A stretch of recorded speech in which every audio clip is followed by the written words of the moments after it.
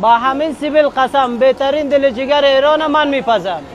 حاج ممی کلا به دل و جگر و کباباش معروفه، اما اومدی اینجا خودم ضمانت میکنم که حتما این چنج دنبه رو بزنی چون واقعا خوشمزه است. ماسی جون حاج ممی با این رولتا معروفه. به آقا معروف ترین آیتم حاج ممی چیه؟ کوبیده، رولت، دل، جگر، یعنی همه چی معروفه.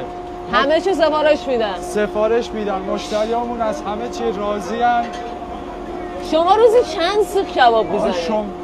به سیخ شمردن نیست، ما تا ساعت 1 شب نیروامون کلا در حال سیخ زدنن. اومدی حاج ممی اصلا از این شاپسند غافل نشو که با روح و روانت بازی میکنه. احسن جگرکی بیران منطقه پلاین حاج ممی.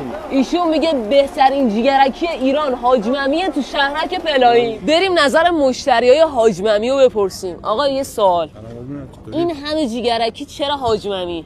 نامبر وانه واقعا نامبر نوش جونت. حاج ممی شب و روز نداره و هر ساعتی که بیاین اینجا شلوغه، اما خوبیشونه که کارتون رو زود راه میندازن. اینجا اتاق وی آی پی شونه، داخل سالن هم همونطور که میبینید شلوغه، اما نگران نباشید. بیاید با هم بریم سفارش بدیم. من همیشه آرزو به دل موندم تو سالنشون بشینم، اما خب این سری میخوام این کارو بکنم چون سرویس ایشون واقعا قویه. بریم سمت سالن. ببخشید آدرس اینجا اتوبان خلیج فارس، شهرک پلاین. منتظر حضور گرمتون هستیم.